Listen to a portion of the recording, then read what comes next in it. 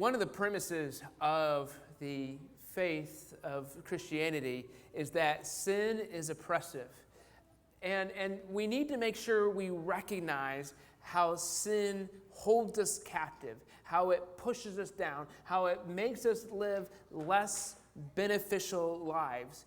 Because if we don't believe that, then Jesus' commands just seem like a list of rules that we have to put up with. They seem like just things that are burdensome or that just make life less fun. But if we recognize that sin is oppressive, then we see how Jesus is calling us to the best life possible. One of the best examples that I've come across was when I worked at the bank as a teller. And I'm pretty sure I've told this before, but I worked at the bank, and one of the bank's primary responsibilities is to protect your money. So the bank has promised to do that. If you didn't think the bank was protecting your money, you wouldn't use that bank. You would go somewhere else. And so when someone would come to the bank and withdraw from an account, if I didn't know who that person was, it was my responsibility to verify their identification. So I'd say, can you show me your driver's license or ID or something that would make sure I could verify who they were? And I always loved the responses, particularly when I had first started and people would be like, well, I've been banking here for 30 years. Well, great. I started last week, right? And nice to meet you. And so as I worked there longer and longer, I knew people and everything was easier. But the reality is the bank promises to protect your money. And to do so, the bank requires that we verify your identification because people lie. If people didn't lie, we wouldn't have to do that. We wouldn't have to have these steps, these safeguards in place to verify our identification. But because people lie, we do. And so sin is oppressive. It makes us jump through hoops. Now, showing your ID in the grand scheme of things is a pretty small hoop to jump through. But we have to do it for so many things because people lie. Because people aren't living the way that Jesus has called them to live. Because sin creeps into our lives. And really, we have to make sure we're careful on this. And one of the biggest things that happens is selfishness. That we get an idea in our mind of, oh, this is the best way, or this works out for me. And it may not be bad. It may not be wrong. It may not be super evil or anything of that nature, but it can be destructive. And that's how sin typically attacks us. It's very subtle. It just has these little attacks on us that try to get us away from Jesus. And what it does, what selfishness does, is it puts me at the center of the universe. It doesn't make God the center anymore. It puts me at the center of, it's all about me. It's all about my preferences, my choices, whatever that looks like. And this, one of the sins I particularly want to address today is the situation of why we do what we do, or why we should or shouldn't do what we do or do not do. Because in our world today, we have an emphasis on our rights. Our individual rights. I have a right to do this. This is my right. Nobody can infringe on my right. But just because you have a right to do something doesn't mean it is right. Just because you are legally permitted to do something doesn't mean it actually honors Jesus. And we have to make sure we recognize if we focus on our rights as opposed to what is right, sin is creeping into our lives or has an opportunity to creep into our lives. And this is what Nehemiah encounters in chapter 5 of his book. He encounters something that wasn't legally wrong, but it wasn't right either. And so we pick it up in chapter 5, verse 1. About this time, some of the other men and their wives raised a cry of protest against their fellow Jews. They were saying, "We have such large families, we need more food to survive." Others said, "We have mortgaged our fields, our vineyards, and homes to get food during the famine." And others said, "We have had to borrow money on our fields and vineyards to pay taxes. We belong to the same family as those who are wealthy, and our children are just like theirs. Yet we must sell our children into slavery just to get enough money to live. We've already sold some of our daughters, and we are helpless to do anything about it, for our fields and vineyards are already mortgaged to others." So there were three groups of people that came to Nehemiah, and they may have had some overlap. Somebody could have fit into two different categories, but the first one was people with large families. They didn't have food. Remember, Nehemiah was calling and leading the people to rebuild the walls of the city of Jerusalem and the city itself on some level. So he was calling them to neglect their own responsibilities to do this work that God had called them. He had casted vision. He had inspired them to uphold this mission to rebuild the wall. And so what was happening is they didn't have enough food. They weren't working enough. They weren't doing all the things they needed to take care of their own responsibilities. And on some level, we may ask, well, if they were working on their field as opposed to the wall, would they have not encountered this problem? I mean, they were working on the wall, but they still needed food. They still needed to survive, and so they were incurring debt, and they were going hungry because they couldn't afford the food. And there were some that had mortgaged their fields, almost like they put a home equity line of credit on their property. They took out a second mortgage to pay the bills. Essentially, they were jeopardizing their future in order to provide for themselves right now in this moment. Their long-term future is in question. And now there was a famine, and all the land had been swooped up by the rich people. And so we see debt is rising on the poor, and inflation is increasing, which makes their future even less certain. And then there were those who owned fields who were selling family members in order to pay taxes. And we always have the question, were the taxes too high? I've never met a person who was satisfied with how low the taxes were. Everyone always wants taxes lower. But the issue was the people had stopped working, had stopped making income, had stopped getting food, but yet the taxes didn't stop. Their work stopped, but the taxes didn't. And so they were crippled. They were putting their property up for collateral, and they were in just a very difficult situation. And we find that the wealthy were exploiting the poor. And I'm not sure if this is good news or depressing news. The wealthy exploiting the poor is not new. We talk today in our society about the 1% exploiting those who aren't the 1%. The 1% is getting richer and richer while the wealth is not being evenly distributed. And I'm not trying to dismiss that problem, but to recognize it's not a new problem. Wealthy always exploit the poor. Now, the wealthy in this particular instance weren't doing anything illegal. They were just using their wealth to take advantage of the situation. But Nehemiah is getting ready to confront the situation that having the right doesn't make it right. People were mortgaging their fields. They were selling their family members into slavery, while the wealthy were just concerned about themselves. They had made calculated decisions of how can they improve themselves, how can they better themselves, how can they make more money in this situation. On a lot of levels, we see that the community is broken, that the relationships had been broken within God's people and what Nehemiah was facing.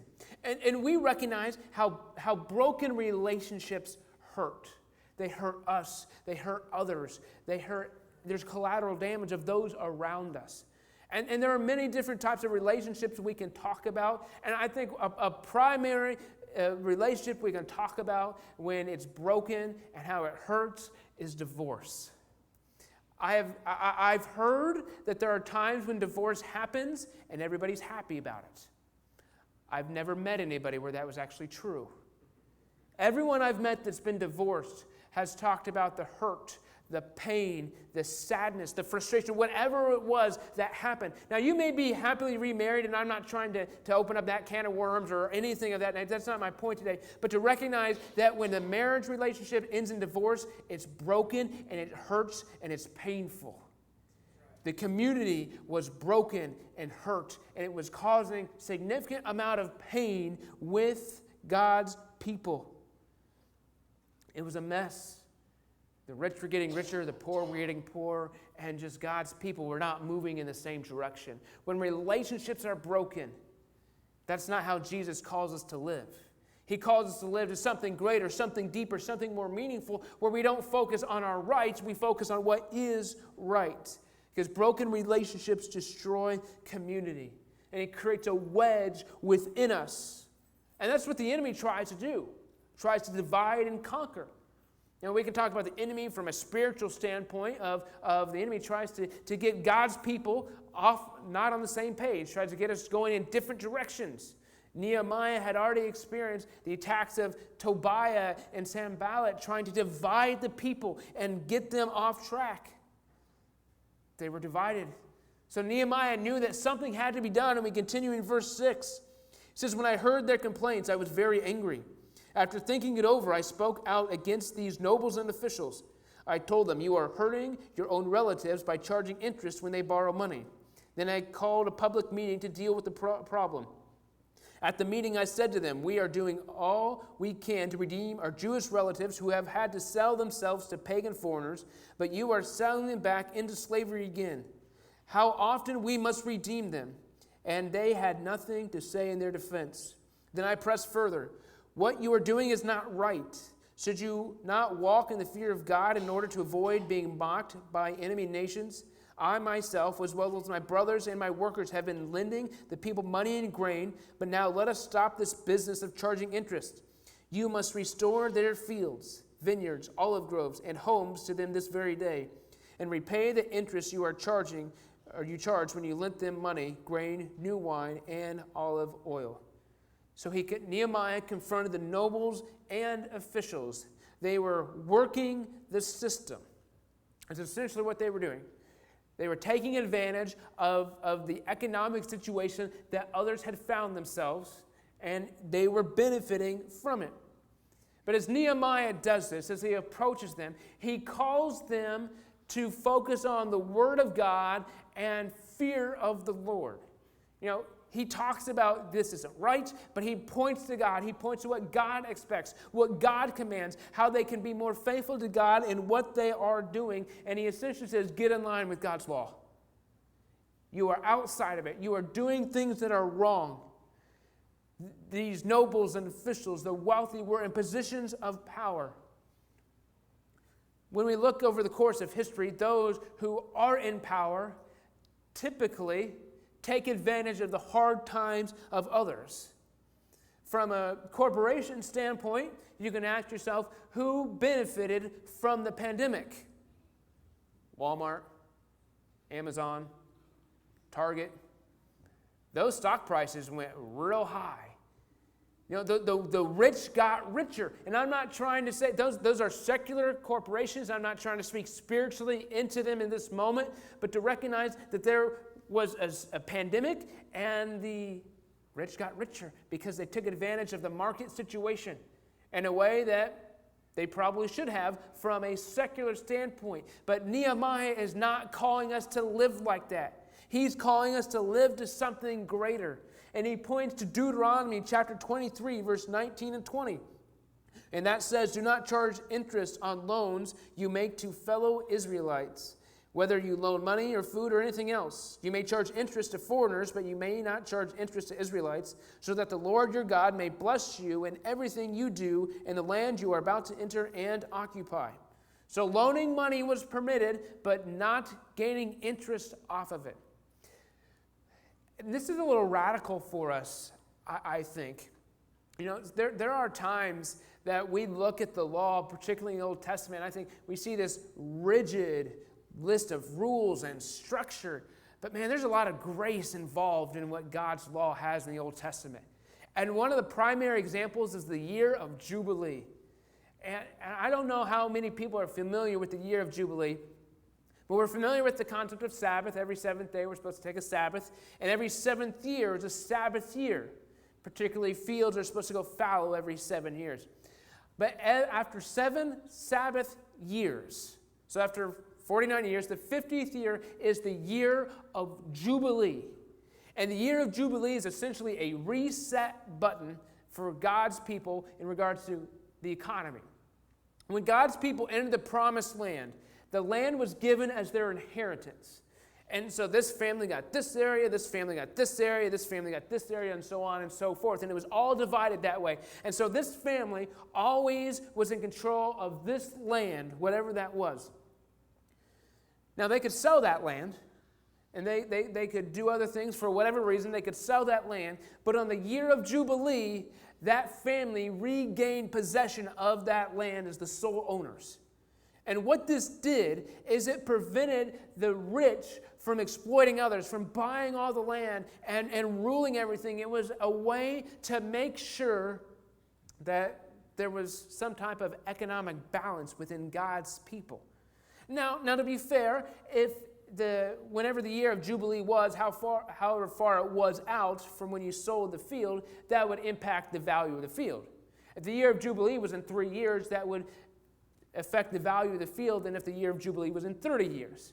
Because they know it would revert back to the family. So that's what God is calling his people to do, to live in community, to live together in a way that supports each other, in a way that encourages each other. And Nehemiah sees that's not happening, and he confronts the nobles and officials and calls them to repent, calls them to return what they unjustly took, and reminds them that just because they have the right doesn't mean it's right. Just because they're allowed to doesn't mean they should.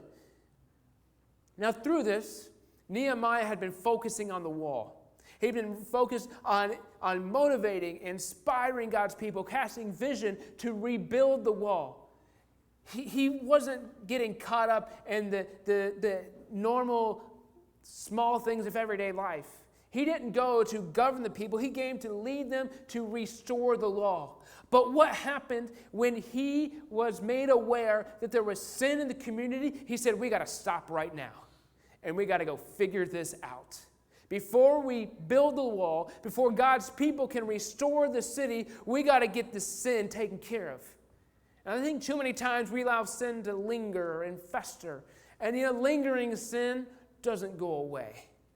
When we just try to ignore it, that is an ineffective strategy at least 99.9999% of the time. That's ineffective. So Nehemiah stopped right there and said, we've got to deal with sin. And he reminded the nobles and officials that they were robbing God, that they were oppressing God's people. Now, as we think about this situation, the rebuilding of the wall did not necessarily cause this unjust behavior. It did not cause the rich to exploit the poor. It revealed that it was happening. So we can't blame the wall. We can't blame anything else. This was happening. The wall revealed it in a way that allowed Nehemiah to address the situation. And he appealed to God's redemptive purposes. Nehemiah was there to help the restoration of God's people. In fact, the books of Nehemiah and Ezra are all about God's people being restored, being released from captivity and restored as God's people. And Nehemiah tells the nobles and officials, and says, you are doing what we're trying to undo. You are oppressing the people. You are hurting them as opposed to living in community. And part of what happens, I think, sometimes is we think about ourselves so much about what we can get, what's ours, how we can get more, that this concept of jealousy or covetousness comes in. It's all about me. And in fact, to covet is a little more than just wanting something someone else has. It's deeper than that, because it wants what they have, but it also wants what they have to be taken away, or wants them to be lessened. It's not enough just to have the same size of big screen TV that you have. Mine's got to be better, more advanced, smarter, better picture, whatever that is. It's got to be better than yours because I want to be better than you. That's what happens when we think on these worldly things, when we think about our rights and how we can prosper at the expense of others. And if we're asked, I think we would all agree that jealousy doesn't produce anything good. Jealousy isn't good. It's not something that honors Jesus. It just makes us feel bad about what we do or do not have. And social media is real good at producing jealousy. Because we see all these filtered images and videos and posts on other people of how their life looks perfect or their life is better than ours. And so jealousy just begins to stew in our lives. Now, we have the right to be jealous. There's no law against being jealous. But that doesn't mean it's good. That doesn't mean it's beneficial or fruitful or pleasing or honoring to God. So when sin happens, we need to make sure we don't allow it to fester, that we get rid of it and recognize that it's in our lives. And so in response to Nehemiah, the nobles and officials reply, and they say, "We will give back everything and demand nothing more from the people. We will do as you say."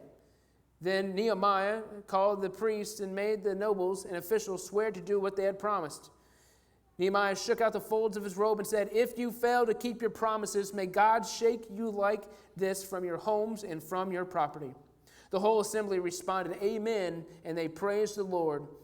And the people did as they had promised. For the entire 12 years I was governor of Judah, from the 20th year of the 32nd year of the reign of King Artaxerxes. Neither I nor my officials drew on our official food allowance.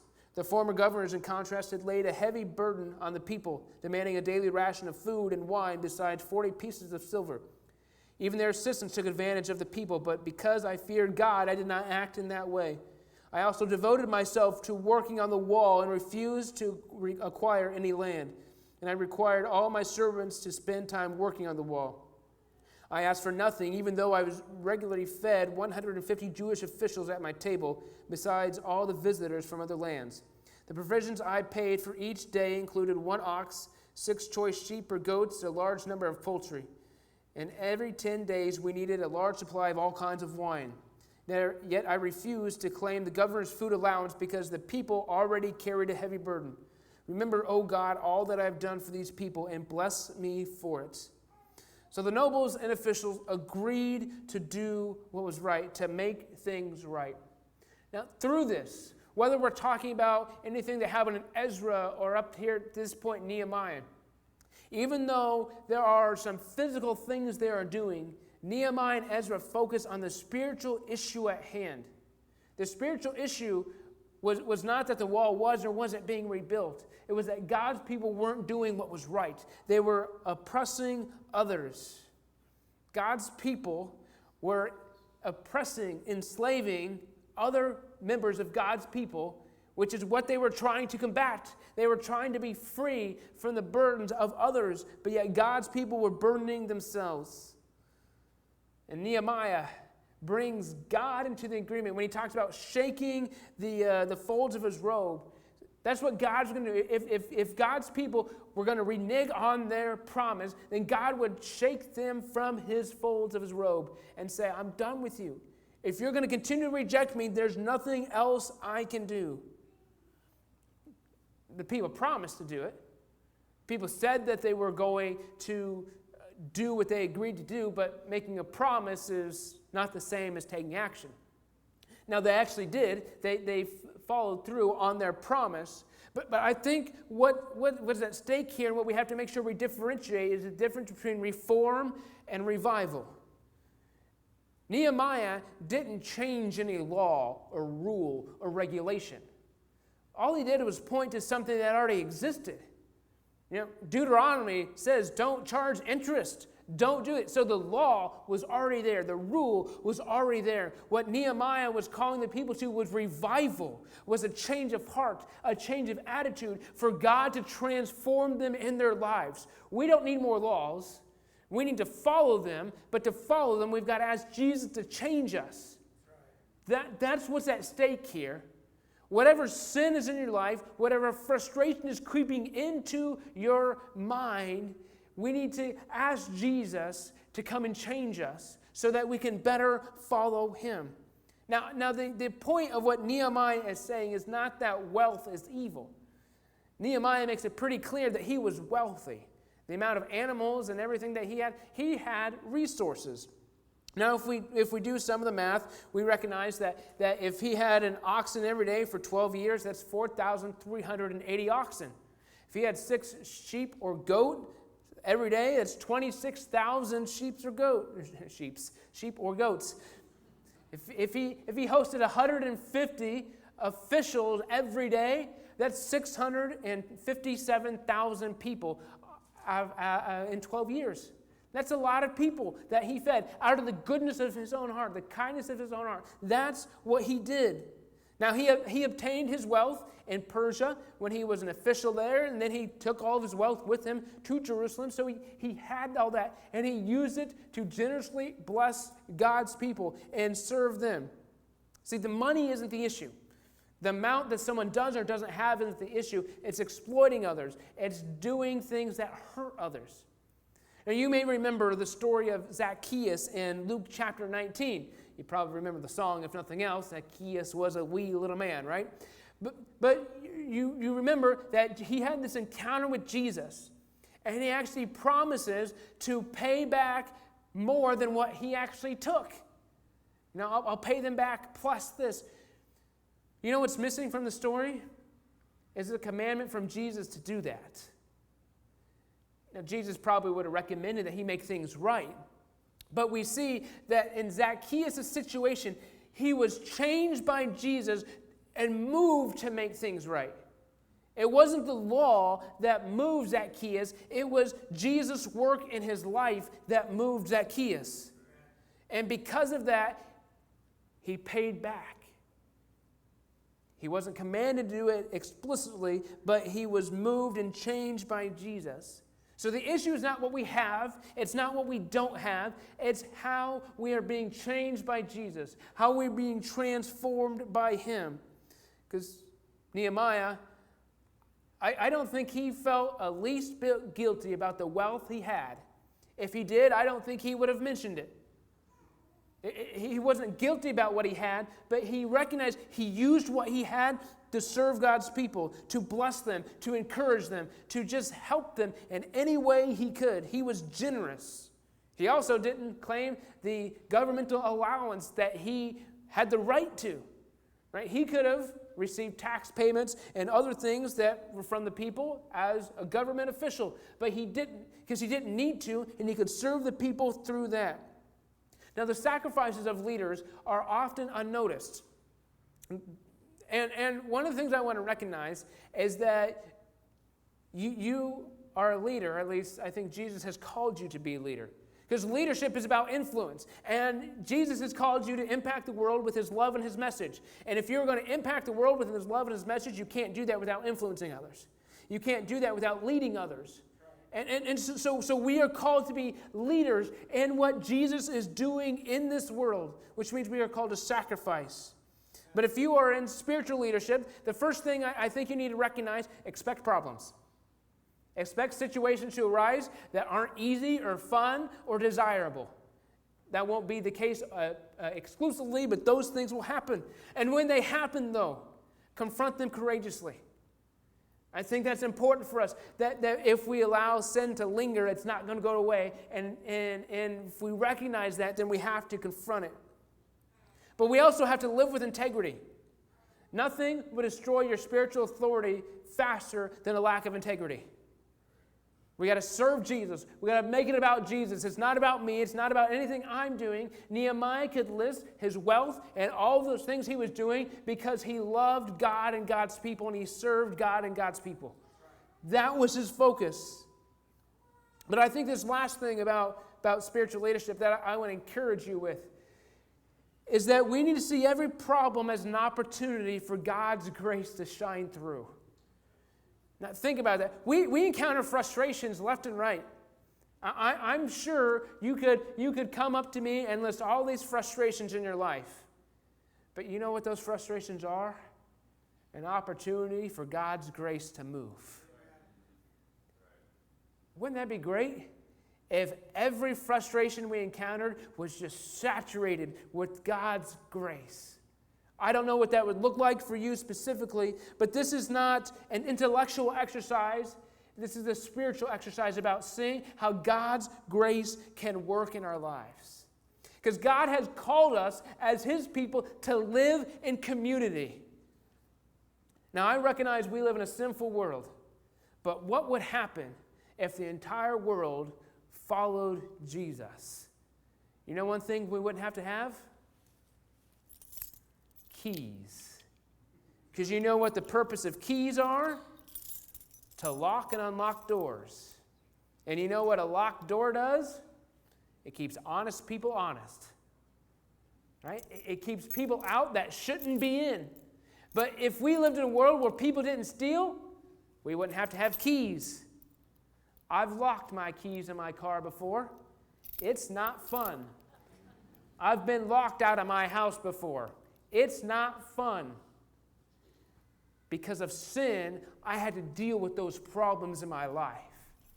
But what if God's people lived in a community within themselves in a way that wasn't cultish? We're not forming a cult here, but in a way that says we're building something different. We're not building a community by the rules of the world. We're building a community by the rules of the kingdom of heaven. We are ushering in the kingdom of heaven in a way that says the reality has broken in and been inaugurated by Jesus, and we're living in it now. We're changing the world by living as Jesus has called us to live. Ezra and Nehemiah are about God's people returning to Jerusalem and rebuilding. God has called us to build as well. We're not building a building. We're not building a 501c3 nonprofit organization that's recognized by the government. We are building the kingdom of heaven. And Jesus has called us to live in a different reality and by different rules than what the world is living by. It's a world that says sin doesn't have to reign in our lives. It's a world that says we can be different. But it starts with you. It starts with me. It starts with the individual. And by us recognizing, just because I have the right doesn't mean it's right. And sometimes we need to pray for wisdom. Sometimes we need to pray for cleaning and ask Jesus, come, hey, fix me. And sometimes we need to pray for wisdom and discernment.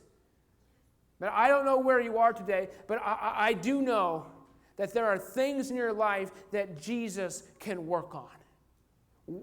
I don't know where you are. You've been a follower of Jesus for 112 years or last week, whatever that is. Jesus can work on something in your life. So I want to make sure you know these altars are open this morning. So whether you want to pray at the altar, or pray at your pew, pray in your living room, or sing along, I hope that Jesus is speaking to you this morning, that he is moving in your life in a way that helps you recognize how can I not focus on my rights, but focus on what is right so I can usher in this kingdom reality that Jesus calls us to live in.